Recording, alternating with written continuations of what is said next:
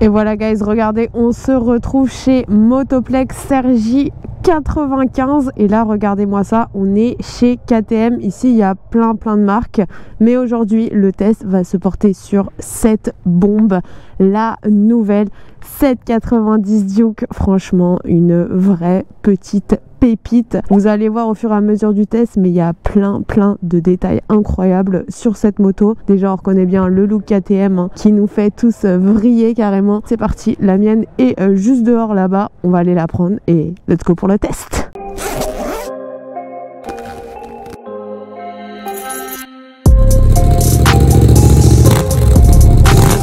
Voici donc ma petite bombe à moi, elle est juste là. Oh, bon déjà on a un joli petit bruit, pas trop dégueu pour un pot d'origine. Et c'est parti pour aller tester cette bombe. Ah mais c'est qu'on est bien là-dessus. Oh c'est rigolo la position. Elle est assez haute quand même hein. Bon j'ai envie de dire un peu comme toutes les KTM. Et sur celle-ci, vous n'êtes pas prêts, on a le shifter. Et alors, truc de fou, si vous commandez cette moto jusqu'au 15 avril, le shifter est offert. C'est un peu plus de 300 €. Franchement ça fait plaisir hein. Un petit shifter on adore. Là c'est une A2 qu'on a. Alors si je regarde bien, les clignotants ne s'enlèvent pas tout seuls. C'est rigolo parce qu'on a un petit logo comme si c'était le warning pour dire qu'on a les clignotants. En attendant, au niveau de la position, on est super bien hein, clairement pour appréhender la route. On est assez droit, j'ai envie de dire assez haut. Les jambes, il y a vraiment de l'espace, elles sont pas recroquevillées hein. Bon, en même temps c'est pas une sportive. Les bras assez écartés quand même avec un guidon comme on peut le voir qui est assez droit. On va voir ce petit shifter. Oh. Ah ouais. Ah franchement le bridage, j'ai envie de dire on le sent pas beaucoup là. Je suis vraiment choquée. Évidemment c'est un bicylindre hein. Voilà les meilleurs, toujours les billes. Oh, elle est nerveuse hein. Elle fait très plaisir. Là on a encore une moto qui est en rodage. Et vous allez découvrir comment on peut se la configurer. Ils ont fait vraiment une interface sur le site incroyable. Si on va sur leur site, vous voyez là je vais sur la KTM 790 Duke. Si je descends, on va avoir un configurateur. Donc déjà sur la page d'accueil, on a les deux coloris hein, qui sont proposés. Peu importe le coloris, c'est vraiment toujours le prix de base, 8 999 €. Et après, si on va sur la droite, vous voyez en fait tout ça, c'est ce qu'on va pouvoir modifier, rajouter sur la moto. Par exemple, si je prends le premier, les bagages. Bon, on va prendre les sacoches latérales juste pour vous montrer. Hop, je le mets et vous voyez, ça arrive directement sur la moto. Juste pour vous montrer aussi, on a tous les logiciels, tout ce qu'on peut rajouter comme connexion sur la moto. Et voilà, on a vraiment la moto sous tous les angles. On peut évidemment l'agrandir. Un look évidemment à la KTM, hein, très agressif. Bien nerveuse comme on les aime, bien joueuse, bien fun. On a un shifter évidemment en montée mais aussi en descente. Hein. Pour même les petits gabarits, c'est sympa. On peut bien la serrer au niveau des jambes, ça gêne pas trop. Et je pense que si on a des grandes jambes, on peut les monter assez haut dessus, donc pas de gêne non plus. C'est aberrant le vent, aberrant. Ah ouais, la nervosité par contre, regardez. Là je lâche l'accélérateur. Ouais, le bi on le sent à la muerte, à la muerte. En attendant, franchement pour la ville, elle est juste géniale. C'est un vrai petit vélo. Elle a vraiment voulu être pensée comme ça, hein, très légère, très fine, pour qu'on ait un maximum d'agilité avec, qu'elle soit au maximum joueuse. Et puis en plus de ça, on lui rajoute un bicylindre, donc très nerveux, toujours plus joueur. Il n'y a rien à dire, c'est parfait. Ce monstre va clairement faire fureur en 2023 et vous allez voir pourquoi. Tout d'abord, pourquoi KTM a voulu relancer une 790 en 2023?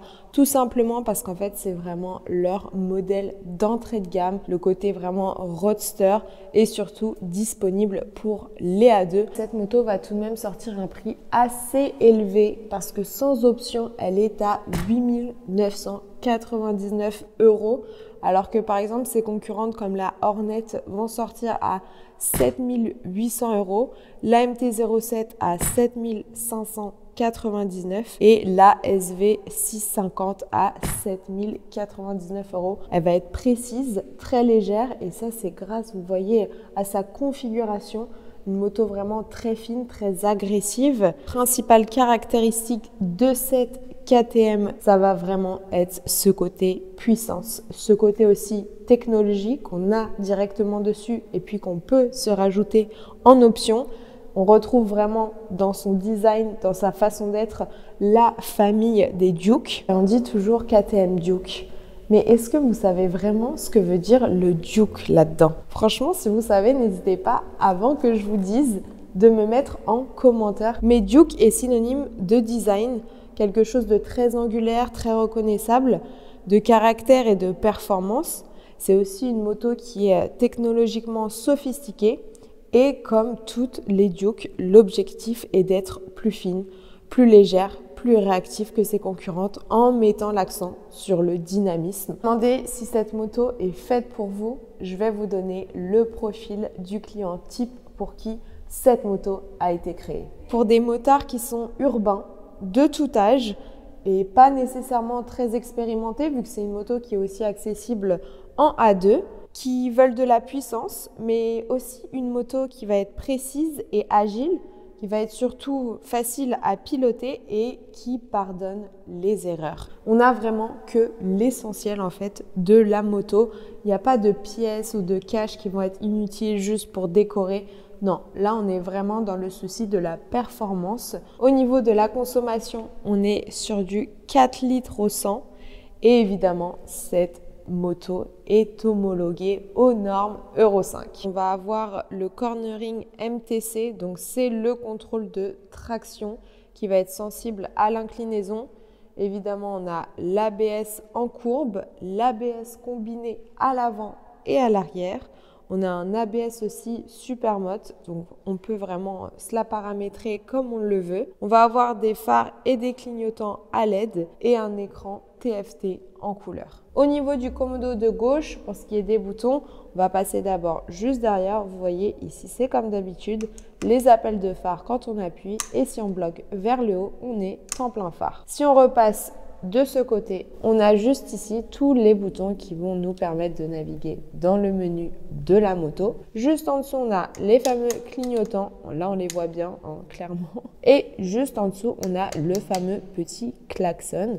Au niveau du commodo de droite, rien de plus simple. C'est juste le bouton contact et arrêt d'urgence. Voilà. Ouvrons donc la bête. Là, on retrouve quelque chose de très lisible.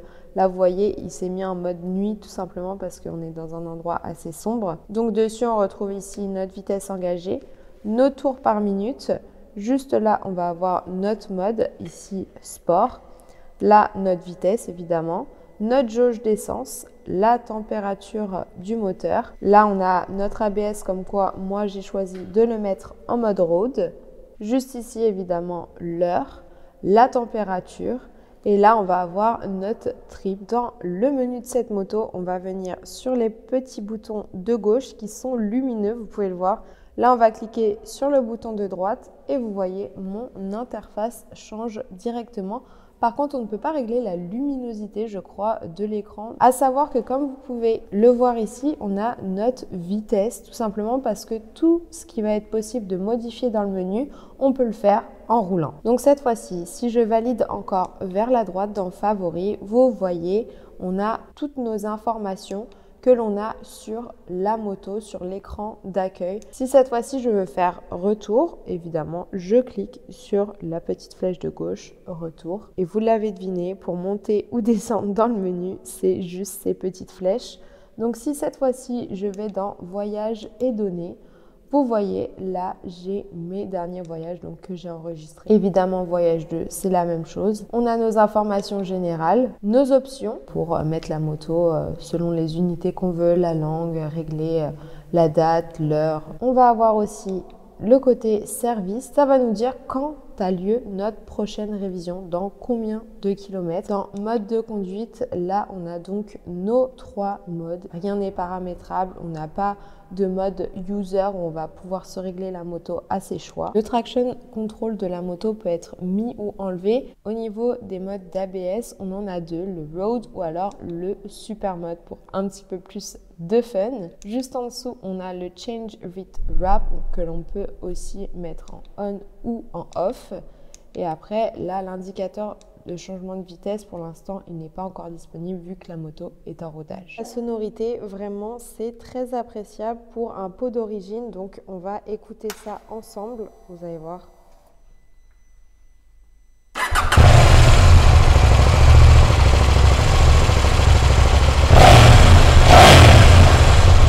On a vraiment un joli petit bruit, je trouve, mais surtout le pot est beau.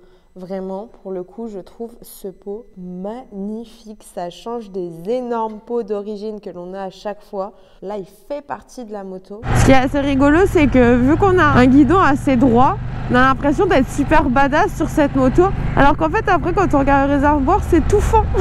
Pour se mettre debout dessus, c'est un vrai bonheur. Il n'y a rien qui gêne les jambes, en fait. Le réservoir est vraiment fait pour pouvoir se mettre debout, pour pouvoir, voilà...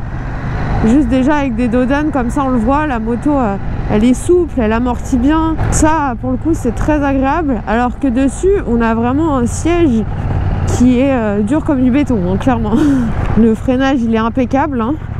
Par contre j'ai pas regardé les molettes. Est-ce qu'il y en a? Ah il y en a pour pouvoir régler les poignets. Ça c'est pas mal. Ça c'est très très bien pensé parce que quand on a des petites mains, c'est important d'avoir des poignées que l'on peut ajuster. En tout cas, le passage des vitesses, le passage du neutre, c'est très très facile. Il n'y a aucun point dur. Je savais pas que les scooters, des fois, ils font des bruits de cochon. Ouais, c'est peut-être moi qui pars un peu loin. Je pose pour la caméra, Maurice. En fait, le seul problème avec cette moto, c'est son prix. Alors, oui et non, en fait. Tout simplement parce que son prix, il est vraiment justifié. C'est vraiment une moto qui est super bien finie, super bien pensée. C'est une moto, clairement, que ou en tout cas j'ai envie de dire 80% des A2 aimeraient avoir ce côté nerveux, ce côté fou, mais son prix freine beaucoup de gens je pense. Avec l'assise qu'on a sur la moto, tout se passe vraiment au niveau du bassin et quasiment même pas au niveau des jambes en fait. Cette légèreté permet de pouvoir l'emmener vraiment partout. Alors par contre ouais, je n'ai pas trouvé de warning. Alors ça pour le coup ça m'embête parce que j'ai l'impression qu'ils en mettent de moins en moins sur les motos. Que oui ils vont s'activer quand on fait un gros freinage. Alors si vous savez s'il y en a, dites-moi. Moi en tout cas je trouve pas ça bien parce que pour l'interfile c'est hyper important d'avoir des warnings je trouve. Et là de pas en avoir... je trouve ça vraiment dommage et beaucoup moins sécuritaire, donc je ne comprends pas pourquoi ils n'en mettent plus. Alors oui, ça fait un bouton en moins, mais ouais, non, pas fan quoi. C'est vrai que j'ai l'impression qu'il y a un trou d'air dans le shifter. Entre la 1 et la 2 et la 5 et la 6, ça fait un petit moment. Là, on va essayer de redescendre les rapports. Ça freine bien la moto quand même.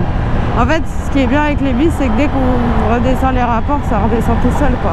Ça freine la moto direct. Là.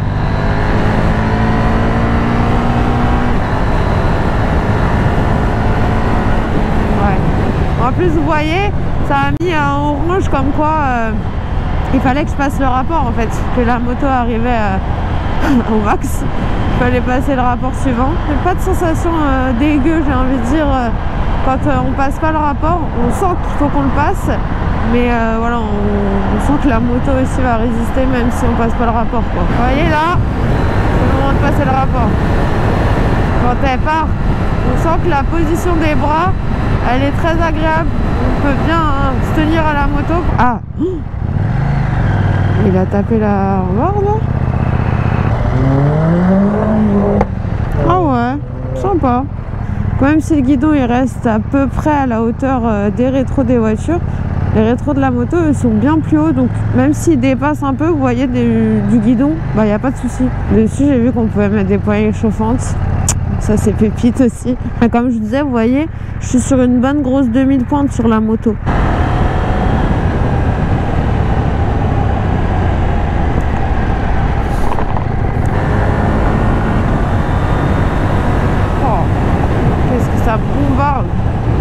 Madre mia. En définitive, pour faire un petit résumé sur cette moto de mon opinion, de ce que j'en ai pensé, même si j'ai pas pu la tester énormément, KTM c'est quand même une marque que moi je connais, surtout les roadsters. J'ai essayé plusieurs 1290, la 890 aussi, même une 125 de chez KTM. Et dans cette moto, cette KTM Duke 2023, on retrouve vraiment l'ADN de la marque. C'est une moto, j'ai envie de dire, brute, mais complète en même temps. On sait qu'avec elle, on peut l'emmener partout, on peut taper des vrais délires avec, mais qui va être fiable en même temps. C'est une moto qui, oui, de par son prix et de par ce qu'elle a dans le ventre, j'ai envie de dire, qui va être plus chère que la concurrence. Ça, c'est indéniable. Mais c'est un choix. C'est une moto qui est très bien finie, qui a des petites choses en plus, des petites choses en moins aussi. Par exemple, dessus, on n'a pas un mode user. On ne peut pas se paramétrer la moto comme on le veut, vraiment à sa guise, même si évidemment il y a plein de réglages que l'on peut modifier. Mais pour moi, ce qui est le plus flagrant dans cette moto, c'est son côté nerveux, joueur et agile. Ça, c'est vraiment dans sa catégorie la moto numéro 1 pour moi. Alors certes, on a moins de confort, on est peut-être moins rassuré que sur d'autres, mais on a ce côté joueur, ce côté foufou, ce côté bicylindre qui pour moi est exploité vraiment à son paroxysme, j'ai envie de dire, sur cette moto, parce que là, ça reste quand même une moto bridée et on a toujours ce côté extrêmement nerveux. Et pourtant, c'est une moto aux normes Euro 5. Moi, je sais que sur les dernières MT, je trouve qu'elles sont beaucoup plus bridées du côté nervosité à cause des normes Euro 5. Celle-ci, pas du tout. C'est une vraie pile électrique. Donc, si vous cherchez une moto nerveuse, joueuse, agile et légère, foncez, essayez cette moto, vous allez l'adorer. J'ai clairement adoré cette bête. N'hésitez pas à venir vous aussi chez Motoplex 95, juste ici. Vous avez de tout, du Suzuki, du Honda, du KTM, du Kawasaki, du Piaggio, de tout pour tous les goûts. Vous pouvez tester toutes les motos que vous le souhaitez, avoir des renseignements, être bien accompagné. Franchement, ils sont juste top ici, donc n'hésitez pas à passer. En attendant, nous, on se retrouve très vite dans une prochaine vidéo avec un prochain monstre à l'essai. En attendant, prenez soin de vous et toujours, guys, ride safe.